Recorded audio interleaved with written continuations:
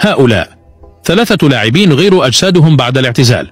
في المركز الثالث فرناندو توريس، كان معروفا بلمسته الأخيرة القاتلة وسرعته في الملعب، ولكن بعد اعتزاله عرف جسد توريس تحولا ملحوظا، فقد تبع تدريبات مكثفة ونظام غذائي منضبط، مما جعله يكتسب كتلة عضلية لا تصدق.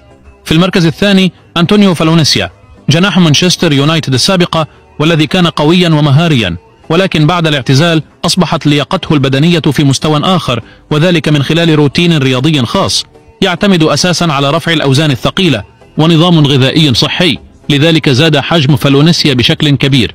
وفي المركز الأول زي روبرتو، هذا المايسترو البرازيلي الدي كان معروفا بأناقته في التعامل مع الكرة، ولكن ما يثير الدهشة هو حالته البدنية في سن 48، فقد تحول إلى رمز للياقة البدنية، حيث يتمتع ببنية جسدية لا يملكها حتى الرياضيون.